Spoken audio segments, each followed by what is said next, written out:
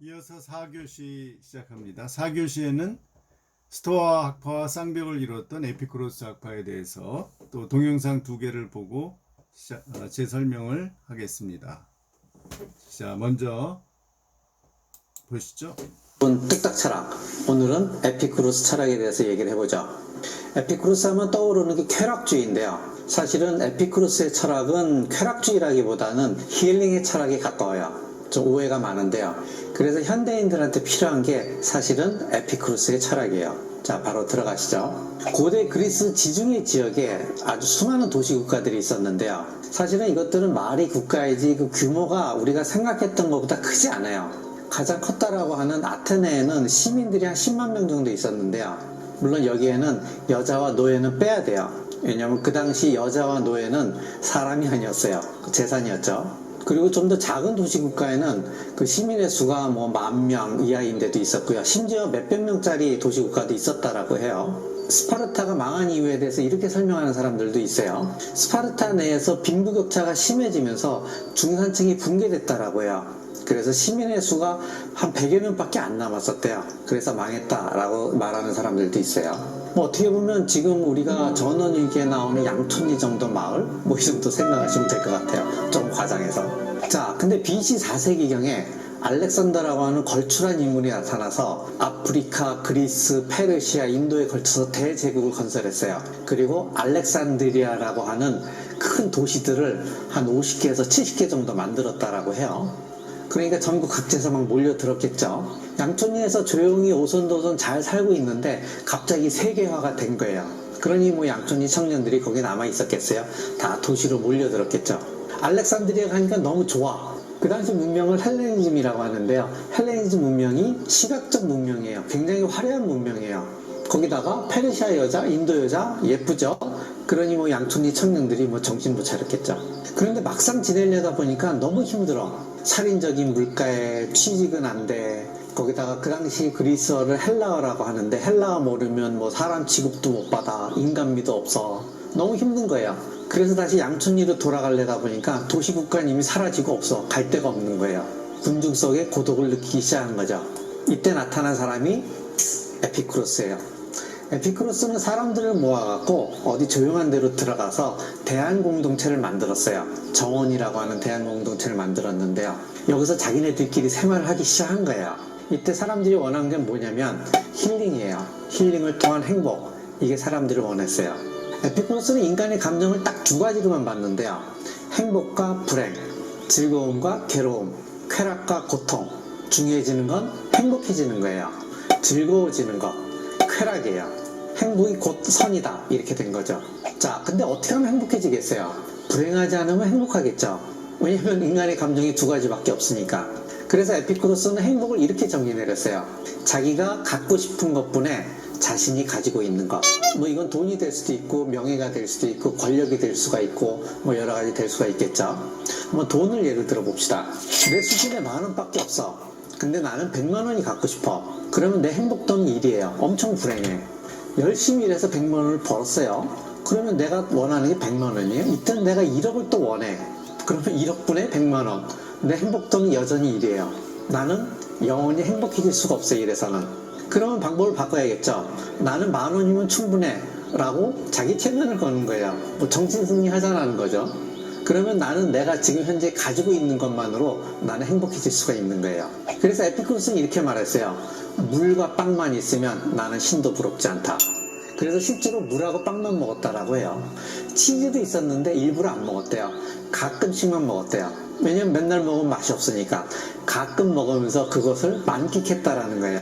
요즘 말하는 무소유라든지 미니멀리즘 이런 것의 원조가 바로 에피쿠로스라고 볼 수 있어요. 자, 근데 욕심만 버린다고 다가 아니겠죠. 뭔가 좀 의미 있는 일을 하고 싶지 않겠어요?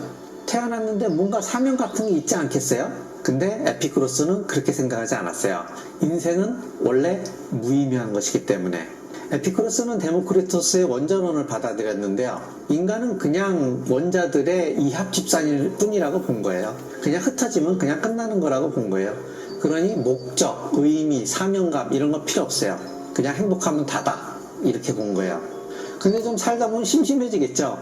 그래서 에피쿠로스가 강조한 것은 정원 공동체에서 철학을 공부하면서 친구들과 우정을 나누는 것, 그거였어요. 자, 이러니 사람들이 막 몰려들었겠죠. 그 당시 정원 공동체가 여러 군데가 있었는데 한 40만 명까지 모였다라고 해요. 거기에는 뭐 여자들도 있고 노예들도 있고 심지어 매춘부들도 있었다라고 해요. 그러니까 밖에서 사람들이 좀 수군댔겠죠. 뭐 정원 공동체 들어가면 맨날 먹고 마시고 논다라든지 뭐 밤마다 여자들하고 파티한다라든지 막 이런 소문이 돈 거예요. 심지어 에피쿠로스가 하루에 18명 여자하고 잤다라는 소문도 돌기도 했다라고 해요. 사실 이런 오해는 아직까지 남아있는데요. 영어의 에피큐어가 식도락이라는 말인데요. 이게 바로 에피쿠로스에서 나온 말이에요. 그때 받은 오해가 지금까지 이어지고 있는 거라고 보면 되겠죠. 자, 인간을 괴롭히는 마지막 문제가 하나 남아있는데요. 그게 뭐냐면 죽음에 대한 공포, 죽음에 대한 두려움이에요. 그런데 에피쿠로스는 죽음도 두려워할 필요가 없다라고 말을 했어요.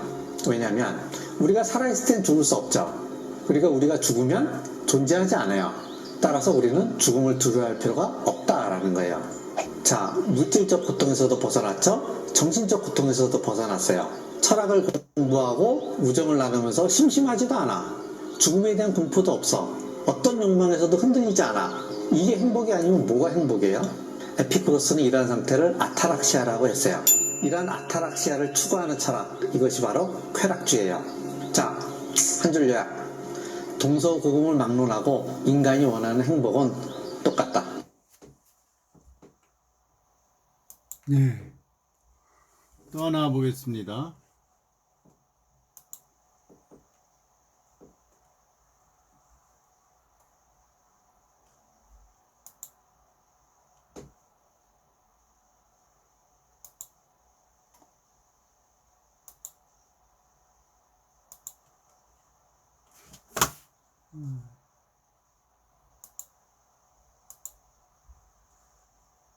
에피쿠로스에 대한 또 재미있는 영상입니다. 한 6분 정도요. 주변에서 인기 있는 사람을 지칭하는 인사이더의 줄임말이 인싸. 우리는 무리해서 인싸가 되기 위해 나를 인싸로 만들어줄 유명한 연예인이 입었다는 제라탄 옷을 입고 누구나 가보다는 유명한 맛집에서 사진을 찍으며 유행하는 트렌드를 재빨리 따라갑니다.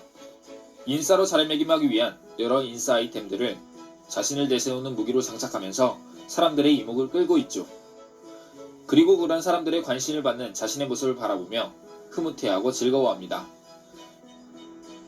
그래서 이번 시간에는 오늘날 살아있었다면 인싸로 불릴만한 고대 그리스 철학자를 소개할까 하는데요. 바로 그는 에피쿠로스입니다. 기록에 따르면 에피쿠로스는 친구들이 정말 많았다고 합니다. 그 수를 헤아릴 수 없을 정도로 말이죠. 그를 위한 동상도 세워졌다는 것을 미루어 짐작해보면 어느 정도로 많았을지 대충은 상상이 되겠네요. 그렇다면 그가 인싸가 될 수 있었던 비결은 무엇이었을까요? 외모였을까요? 도저히 모르겠네요. 혹시 라파엘로의 아테네땡에서는 그 답을 찾을 수 있을까요? 젊었을 때를 그려서일까? 아까보다는 훨씬 멋있네요. 아니, 그리고 이건? 고대 그리스 인싸들만 착용했다는 월계수관? 그러고 보니 에피쿠로스를 제외하고 그 누구도 이 띠를 쓰고 있질 않군요. 그렇다면 그의 패션 아이템이 그를 인싸로 만들어줬단 말인가요? 하지만 이것도 완벽한 대답이 될 수 없으니 한번 그의 철학을 알아보겠습니다.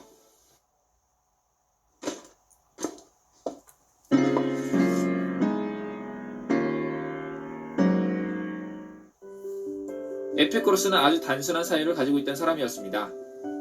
쾌락을 주는 것은 좋은 것이고 고통을 주는 것은 나쁜 것이라고 보았죠. 다시 말해 그에게 쾌락은 선한 것이고 고통은 악한 것이 됩니다. 그런데 여기서 주의해야 할 점이 있습니다. 바로 우리가 알고 있는 쾌락의 모습과 에피쿠로스가 말하는 쾌락이 다르다는 사실이죠. 우리는 흔히 쾌락하면 자신의 욕망을 채우는 것, 질릴 때까지 노는 것, 나를 정말 즐겁고 기쁘게 하는 것들을 떠올리기 마련입니다. 물론 이와 같이 순간적이고 육체적인 쾌락을 지향한 퀴렌의 학파도 있습니다만 에피쿠로스는 이런 식으로 쾌락을 극대화시키는 형태를 좋아하지 않았습니다. 왜냐하면 마약이나 도박같이 강력한 쾌감을 주지만 우리에게 그와 상응하는 극심한 해를 가하는 것들도 있으며 담배나 술처럼 쾌락이 과다할 경우 고통을 안겨주는 경우들이 있기 때문이죠. 그래서 에피쿠로스는 생각을 달리합니다. 쾌락에서 고통이 나온다면 그것은 진정한 쾌락이 아니다. 진정한 쾌락은 바로 고통이 없는 상태구나 라고 말이죠. 그는 쾌락을 확장시키고 극대화시키는 것이 아닌 고통이 사라지면서부터 진정한 쾌락이 시작된다는 사실을 깨닫게 됩니다. 에피쿠로스는 사람에게 고통이 두 가지 형태로 찾아온다고 하는데요.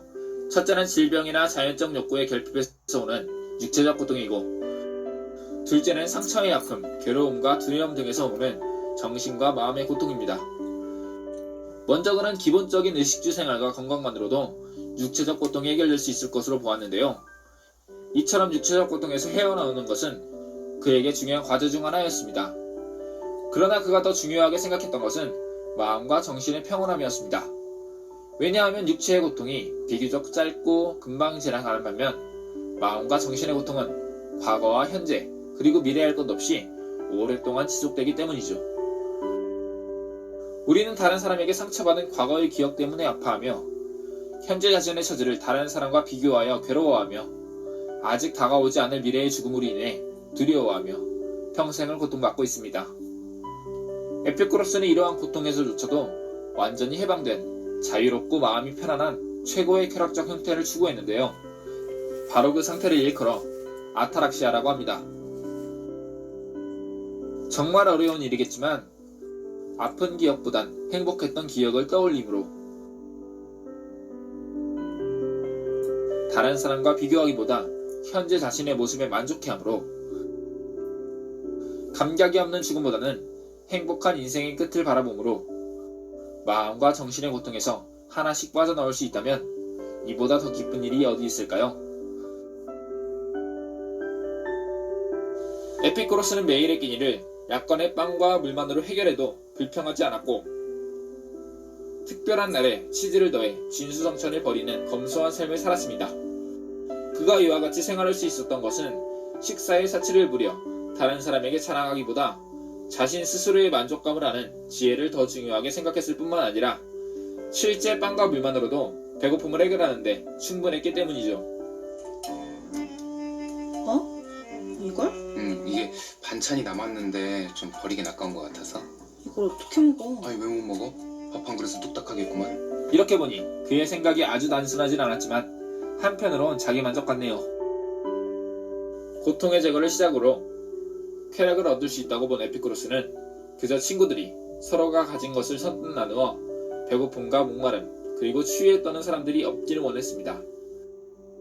그리고 더 많은 사람들이 고마워할 줄 알고 또 우연히 재산을 얻게 되면 어려운 사람에게 호의를 베풀 수 있는 그러한 우정과 사랑으로 걱정이 사라지고 마음마저 따뜻해지는 공동체를 희망했습니다. 그래서 아테네 근처 한 정원을 사들여 그곳에서 사람들과 함께 생활을 하게 되죠. 그곳에서 그는 부모, 형제, 노예 등 사람들을 누구든 가리지 않고 친절을 베풀어 주었으며 친구의 고통을 마치 자신의 고통인 것처럼 함께 아파해 주었습니다. 2000년이 훌쩍 넘는 시대의 인싸 에피쿠로스. 그가 친구들로부터 인싸가 될 수 있었던 원인은 유명한 옷도 예쁜 사진도 아니었습니다. 그의 깊은 철학과 따뜻한 내면이 바로 그를 인싸로 만들어주지 않았을까요? 예. 마지막 제 강의하고 이제 마치겠습니다.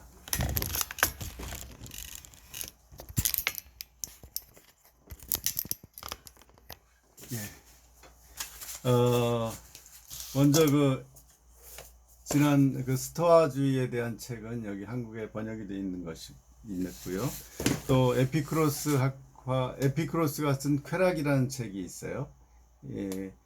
이거 우리 학교의 오유석 교수님이 번역한 책인데 한번 여러분들 읽어보면은 이 에피쿠로스의 사상을 잘 알 수 있을 겁니다. 절대로 이 쾌락을 무한대로 누리는 것을 추구하지 않았죠.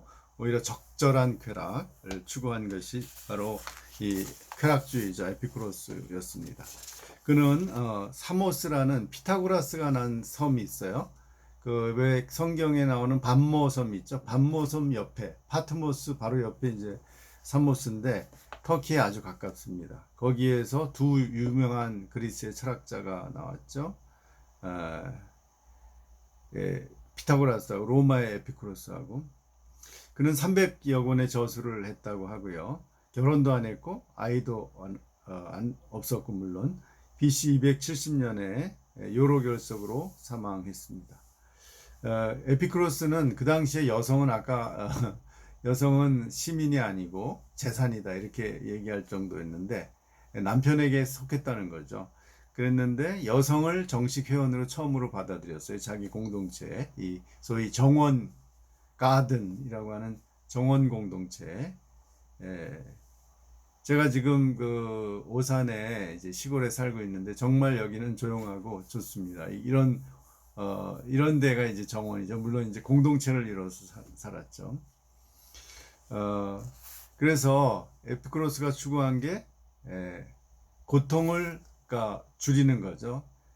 행복을 누리는 건데 그 방법은 욕망을 다 충족시키는 게 아니라 욕망의 크기를 줄임으로써 내가 쾌감을 얻을 수 있는 거죠. 그런 걸 이제 자족한다 그러죠. 그러니까 일종의 쾌락주의는 자족주의예요. 에피쿠로스의. 그래서 평정심, 아타락시아를 얻는 거죠. 마음이 평안해요. 그러니까 뭐 원하는 게 많지 않으면 마음이 평안해지는 거죠. 그럼 물론 최소한의 물질이 필요한 거죠. 그 생활을 유지하려면, 평온한 삶을 유지하려면 당장 끼니 빵조차도 없고 집조차도 없고 뭐 그러면 도대체 평정을 얻을 수 없죠. 고통이 오죠. 그러면은 그것을 고통을 줄여야 되니까 쾌락을 얻기 위해서는, 평정심을 얻기 위해서는 일을 하거나 어디선가 하여튼 돈을 얻어야 되는 거죠. 자, 그런데 에피쿠로스의 철학은 스토아처럼 유물론에서 출발한다고 그랬죠. 이 데모크리토스의 원자론의 영향을 다 받았어요. 특히 에피쿠로스가 스토아에 영향을 줬습니다. 이 원자론을 해석하는데. 그래서 기본적으로 에피쿠로스도 데모크리토스와 같이 우주는 빈 공간에 원자들이 움직여서 상호작용하면서 모든 물질과 사건이 나온다는 거예요. 그러면서 이제 그것이 부닥치고 흩어지면서 어떤 일들이, 여러 가지 사건들이 벌어지는데, 그런데 에피쿠로스는 인간의 자유의지를 확보하고 싶었어요. 데모크리토스는 원자들은 일정한 방향으로 움직이기 때문에 법칙대로 움직여요. 그러니까 어떤 과학적 어떤 필연성밖에 없는 거죠. 그러나 에피쿠로스는 인간의 자유를 존중하고 중요시했기 때문에 그 원자들이 일정한 방향으로 움직이다가 이유 없이 다른 방향으로 빗나간다고 일탈하는 원자들의 운동을 생각을 해냈어요. 그걸 클리나멘이라고 합니다. 이러한 일탈을 클리나멘. 그래서 이게 이제 원자들이 다르게 움직이는 거예요. 그냥 이유를 알 수 없이. 그래서 새로운 사건이 벌어지는 거죠. 그래서 인간도 자유롭게 꼭 어떤 A라는 것을 해야 되는 게 아니라, 오늘 내가 배가 고프면 꼭 밥을 먹어야 되는 게 아니라 금식이나 단식을 할 수도 있잖아요. 어떤 생각이 있어서. 이게 자유의지의 산물이잖아요. 그런 철학을 만들었습니다. 그러니까 유물론이지만 인간의 자유의지를 확보하려고 했죠. 그 자유의지를 어떻게 쓰느냐, 자족하는 쪽으로. 그러니까 쾌락을 인정하지만 그 쾌락을 무조건 누리는 게 아니라 적절하게 내 욕망을 줄임으로써 적절한 쾌락을 얻는 거죠. 그것이 바로 에피쿠로스 학파죠. 그래서 스토아하고 한번 비교를 해보죠. 스토아하고 에피쿠로스는 비슷한 점은요, 실천 방법에서 절제를 사용한다는 거예요. 자족 또는 억제, 욕망의 억제, 절제가 필요한 거죠. 예를 들면 에피쿠로스도 매일 치즈 먹고 싶었겠죠. 그런데 치즈를 가끔 먹었다는 거예요. 왜냐하면 매일 치즈를 먹으면 치즈 먹는 쾌감이 줄어들기 때문에 가능하면 절제하기 위해서 치즈를 가끔 먹었다. 그런 식으로 스토아 학파는 음식 자체를 절제하는 것이 하나의 우주적 원리라고 본 거죠. 그래서 절제하는 것은 비슷한데, 그러나 그 원리가 다른 거죠. 스토아는 그 이성, 로고스에 따르는 것이 금욕이라는 거예요. 이 쾌락을 추구하면 안 되는 거고, 에피쿠로스는 우주의 이치를 따르는 것이 쾌락을 추구하는 거다, 이렇게 생각을 했어요. 그런데 둘 다 적절하게, 이쪽은 아예 감정을 없애는 거죠. 감정에 초연한 거고요. 스토아는 에피쿠로스는 감정을 사용하되 평안한 감정을, 행복감을 추구하는 거죠. 그러니까 욕망 자체를 죄악시 안 하는 거야, 에피쿠로스는. 우리나라에서 제가 몇 가지 이제 적용을 해본다면, 청부론과 청빈론이 있죠. 그죠? 가난하게 살아야 된다. 옛날 유학자들이나 뭐 기독교에도 그런 논의가 있었어요. 청빈이냐 청부냐 할 때 깨끗한 부자가 되느냐 아예 가난하게 사느냐 해서 스토아는 뭐예요? 청빈론이죠. 아예 가난하게 살아야 돼. 돈을 가지면 안 된다라는 거고요. 욕망, 왜냐면 돈에 대한 욕심을 아예 그 자체를 버려야 되기 때문에 청빈해야 되고, 에피쿠로스는 부자가 돼도 돼요. 그것이 쾌락을 준다면. 그러나 무한대로 부자가 되려고 그러면 이루어지기 어렵죠. 그렇기 때문에 깨끗하게 적절한 부자가 되도록 청부론이 이제 에피쿠로스죠. 우리나라 독립운동의 지도자 중에도 도산 안창호가 있는데, 이 사람은 굉장히 훌륭한 분이에요. 정말 많은 분들이 안창호를 존경했죠. 왜냐? 이분은 자기 약속대로 해요. 거짓말 절대 안 합니다. 그리고 심지어 약속한 걸 지키기 위해서 그 상해에서 자기 그 같은 동지의 딸의 생일 선물을 하기로 약속을 해서 그것을 가다가 일본 경찰한테 잡혀가지고서 한국으로 압송돼서 결국 한국에서 병을 얻어서 죽죠. 해방전에. 그럴 정도로 약속을 잘 지키고, 그 다음에 이분은 부인이 미국에 있었어요. 자녀들하고.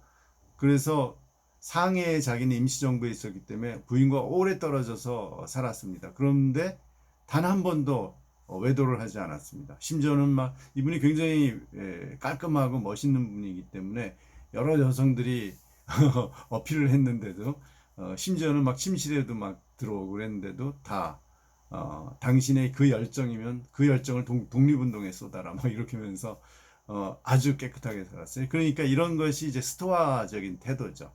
그래서 지도자로서 정말 도산 안창호는 존경받았어요.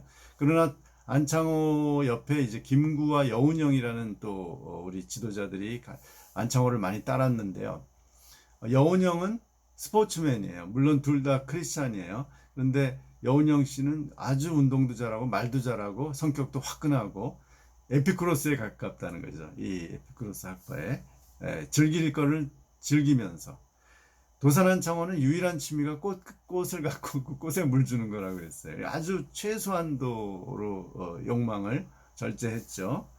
이제 그 다음에 또 하나는 이제 그 사회적으로 영향을 준 것은 로마의 자연법과 이런 칸트에 이르는 그런 의무윤리에는 스토아 학파의 영향이 크죠.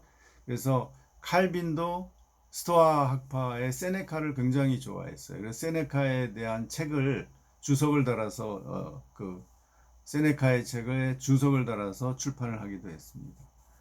젊었을 때. 그 에피쿠로스는 어디에 영향을 줬을 것 같아요? 바로 공리주의, 최대 다수의 최대 행복을 추구하는 공리주의에 영향을 줬다고 할 수 있겠죠. 그래서 사회가 잘 되려면은 지도자들은 가능하면 스토아적인 면이 있어야 돼요. 자기 욕망을 절제를 해야 돼. 그걸 못해서 지금 장관들, 조국 씨부터 이렇게 사회에서 국민들의 손가락질을 또는 지탄을 받는 것 아닙니까? 대개 그 지도자들이 절제를 못해서. 그런데 일반 국민들의 입장에서는 어때요? 너무 스토아적으로 살면 정말 서로 빡빡하죠. 그 다음에 경제도 안 돌아갈 것 같아요. 내수도. 그래서 에피쿠로스적으로 일반인들은 사는 것이 필요해요. 그러나 너무 방탕하게 살고 돈을 마구 쓰고 물처럼 쓰고 그렇게 하면 어때요? 경제적으로 다 혼란스러워지고 다 가정경제나 사회나 많이 혼란스러워지겠죠. 욕망을 무한대로 추구하면은 쾌락을. 그러니까 이제 적절한 자족의 쾌락, 아타락시아를 추구하면 그런 국민이 많다면 굉장히 좋은 사회가 될 것 같습니다. 오늘 로마 시대의 철학, 헬레니즘 시대의 철학, 스토아와 에피쿠로스에 대해서 공부했습니다. 여러분 질문 있으면 하세요. 자, 그럼 다음 주까지, 이제 다음 주는 중세로 넘어갑니다. 감사합니다.